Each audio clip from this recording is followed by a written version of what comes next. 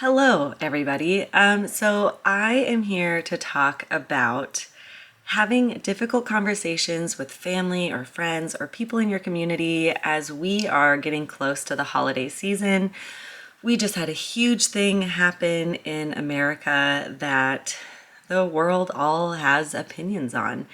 And no matter what side you're on, you have a reason for the way you voted and you have a reason to believe what you believe. And there is validity in that, even if it doesn't make sense to other people. And there's no way that we are going to be able to get rid of racism or ableism or sexism if we don't keep learning and talking to each other about it. So, this episode, we are going to talk about different resources and different things to keep in mind when you're having these conversations with people in your community. So, first, I want to say that this podcast is sponsored by Reading and Learning. If I didn't take the time to read all of my books that I love to read, I can't even imagine the kind of human that I would be. And I'm going to give you mini summaries about the books that I'm recommending during this podcast because each one is so important to me and has just given me such a great insight into why people don't think the way that I think. Because obviously, I think the way that I think is great. But not everyone is going to agree with the same thing that I am. And it would also be boring if we all agreed if we all had the same opinions. The point is that we are supposed to expand our inner circles, learn from each other, change our minds, rethink things, and grow together and figure out what the next step is into being a more inclusive community, a kinder community, a smarter, stronger, more awesome community. Okay, so this podcast episode all started because obviously there was a big election. I'm recording this in November 10th. And the first time I attempted to record this was a few days ago. And it was a big election. There's a lot of posts coming out. There's a lot of hate coming out. That is just not okay. And it's important that we keep talking to each other and not further cut our ties and become such a divided country. And I know a lot of people will sit there and say, you voted against me. I'm not important to you. And if you talk to the people who did vote differently than you, they very strongly believe that that's not what they voted for. They weren't voting towards hate. And the only way for both of us to understand each other is to talk about it. So I also want to talk about the whole quote, we can agree to disagree.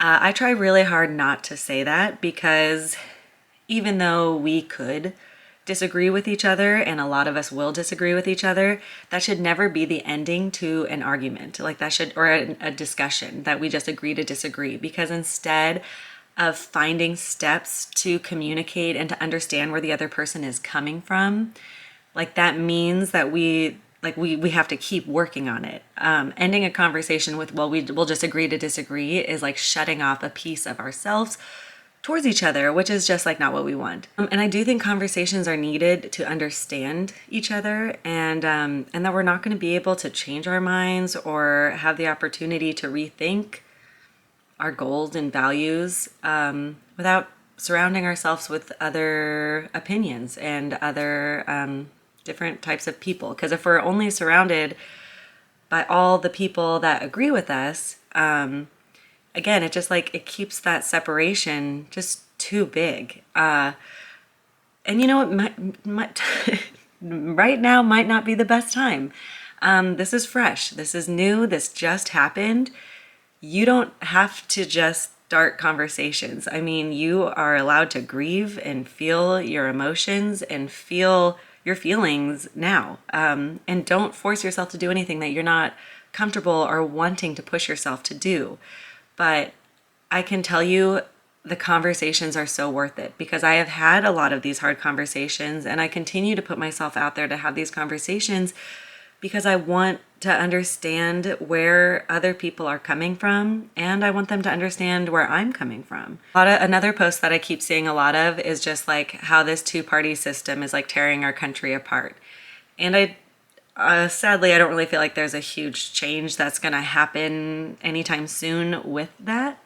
But what we can do as individuals is not let that break us apart. And I'm not saying go to like a group that is going to go over values that you don't agree with. I'm talking about right here, the holidays, maybe having conversations with your parents or your friends or your family.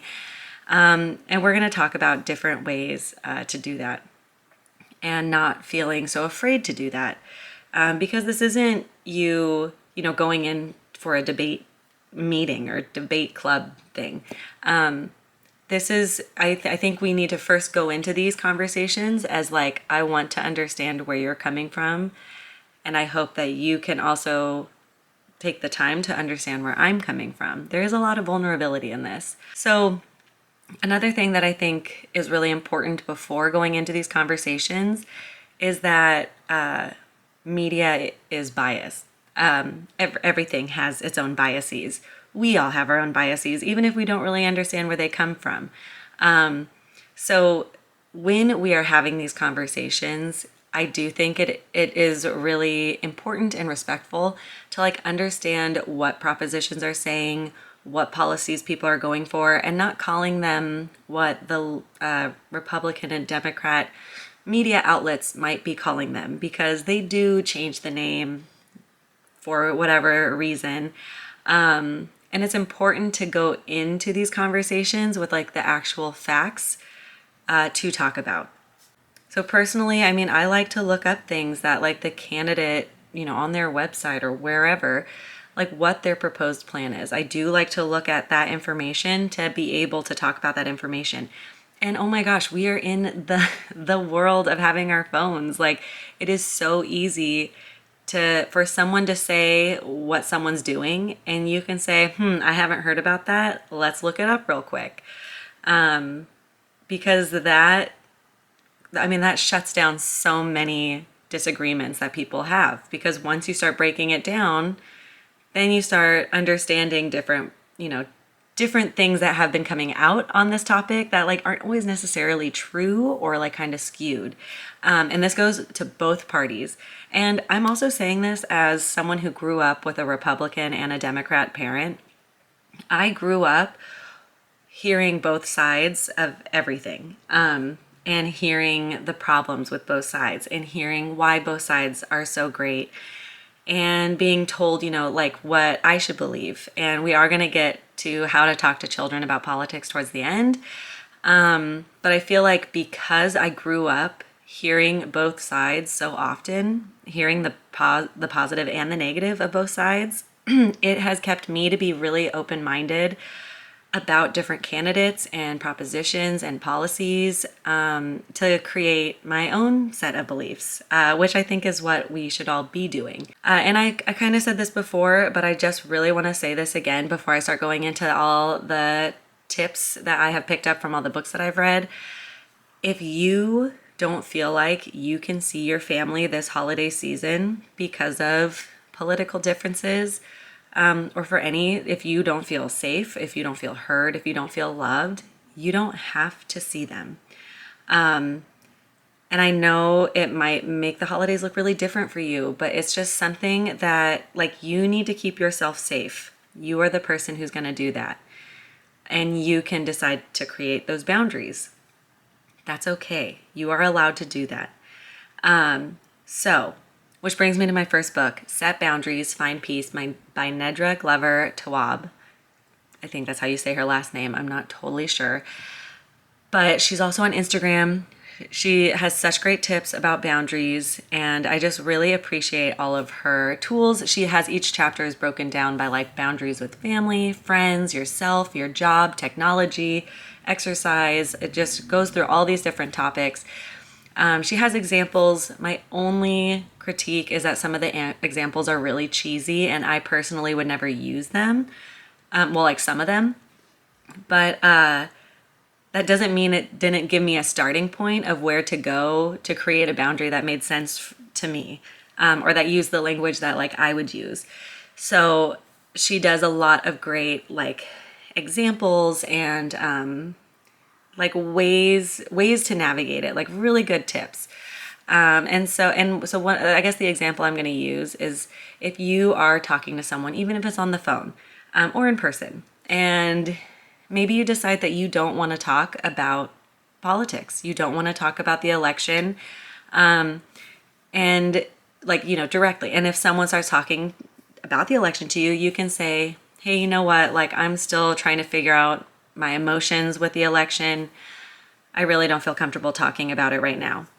So can we talk about something else? If they continue talking about it or make you feel bad, you can say, you know, if you're going to continue to do this, I'm going to put my headphones in and listen to something else, or I'm going to get up and walk away. Making it really clear that if you don't respect this boundary, this is what I'm going to do. And that is a lot of what Nedra's book is about. Someone also recommended The Book of Boundaries by Melissa Urban. It is the next book that I'm going to be listening to, so I'll probably post about it on social media once I actually listen to it, but I've been told it's really good. Next, Think Again by Adam Grant. This is really changing our mindset about how we can rethink our values, our goals, our plan. You know, people are like, what's your 10-year plan? And it's fun, you know, it's like nice to try to have a plan, but it's also okay to change. It's also okay to admit that you were wrong, because now you're closer to being right. And there's a whole chapter about talking to people. I think it's chapter 7, if you want to get real specific. I could be wrong. The chapter is about anti-vaxxers. But it's a great example of like having those good conversations. And that brings me to Blair Imani, who is the founder of Smarter in Seconds. And she did a great visual. I'll try to like add it somewhere because I think everyone needs to see it. But it's really great tips of like, you know, going in to share your message, not to change minds, and listening with the intention not to respond in silence, that you're, you know, it's an active participation conversation. Respecting boundaries. Just like I said, you create boundaries. If someone else creates boundaries, respect that. And then speaking from personal experiences, saying, you know, I feel really hurt that this happened because I'm afraid of this. Like that vulnerability is really important. And then being patient. It's okay to stop and come back and revisit the conversation. And, you know, really reflecting on what you even got from that first conversation. The next book I want to talk about is You're Not Listening by Kate Murphy. I recommend this book to so many people. It is about active listening, and I don't think I understood how poorly of a listener I was. And one of her examples is when you're like, hey, I'm Kayla, what's your name? And then they say it, but you're already in your head like, oh, I like their shirt. I'm going to compliment them on their shirt. And then they're like, so where do you work? And you're like, oh man, I missed your name. Like, can you say it again? And then again, your brain starts thinking like, oh, good, I'm glad I asked for their name again. That's great. And then they start talking again and you're like, I didn't listen to it again. And so it gives tools on active listening. And my favorite tool is that you're not thinking of a response before they're done answering or talking, so that you are concentrating on everything that they're saying. And then once their sentence ends, giving yourself the time to respond. People don't like awkward silences anymore, or maybe ever, but that's okay. Like, you know, count to 5 in your head after you say something before you're about to start talking again. So I love to focus on all of these books have taught me things on when I'm having conversations with people, especially when we are disagreeing on a topic. So my favorite few tips from all these is that like I really want to understand where the person is coming from, and how I do that is I ask them to define the terms that they're using. So if they're like, you know, well, you're so focused on inclusion, but like you don't really seem to talk about the LGBTQ plus community a lot, and like you're really more focused on disability inclusion, and I'm like, oh yeah, you're totally right. And then we can have a conversation about me defining the area of inclusion that I'm in. That doesn't mean I don't want, you know, people of color or the LGBTQ plus community or women. Like, it's not that I don't want them included. And I do also try to focus on all of those different areas as well. But where my focus is and where I teach people is like through education, and that's with the disabled community, because that's just what I know.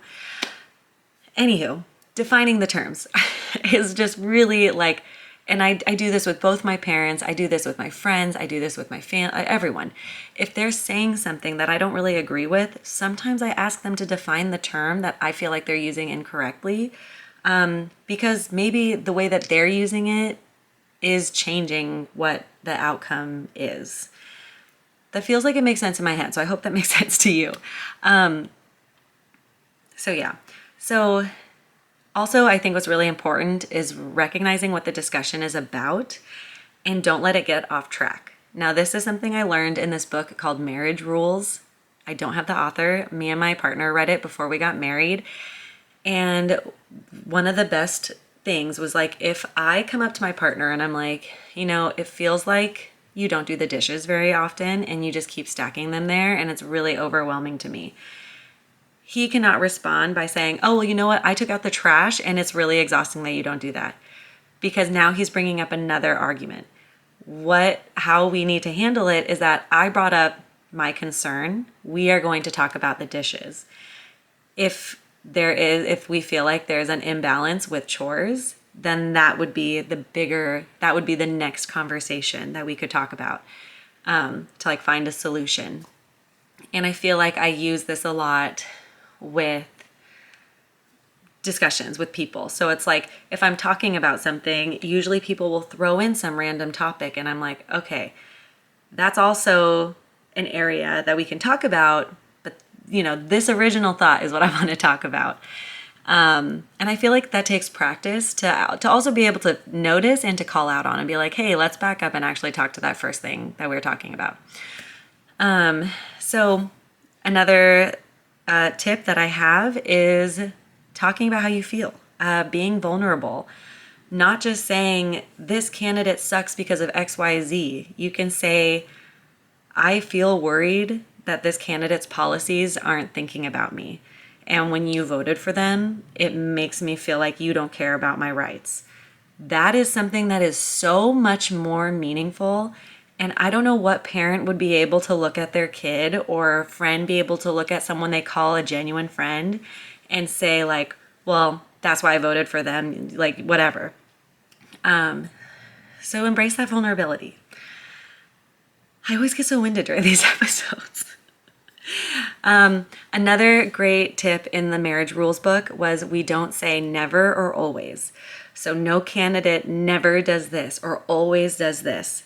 That is just not part of the conversation. If someone, and I'm the very annoying person when it comes to this, if someone uses never or always with me, I respond with, whoa, you've never had to do that ever, or you've always done that, like you've never forgotten.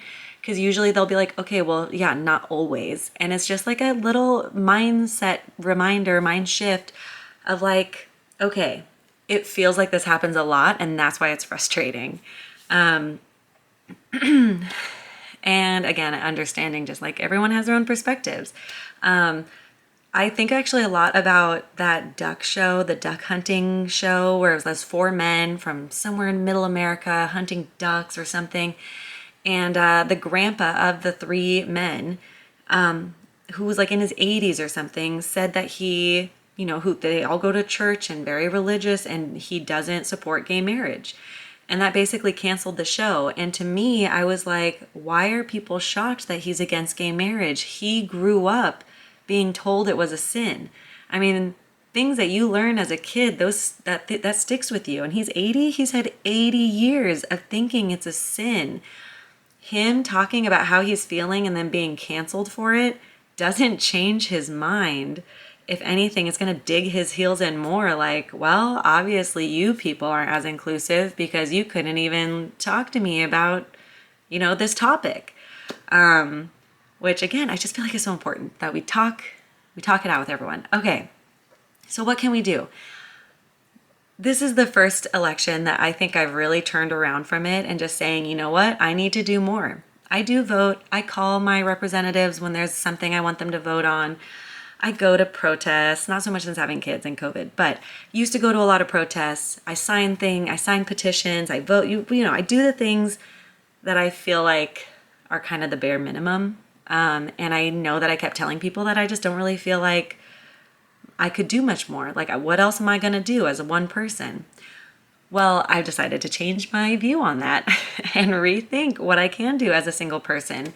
And because disability inclusion is such a passion of mine and raising inclusive kids, I am deciding to focus on my school board in my district and see how I can get involved to actually make systemic change in my school system that I'm a part of.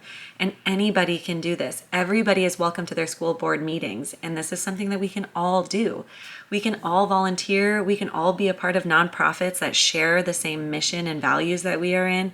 There are ways to get involved and to do things in our community and make change. Again, the calls, the letters, the protests, those are all things that we can do as well. And then supporting companies that are giving money to organizations you support.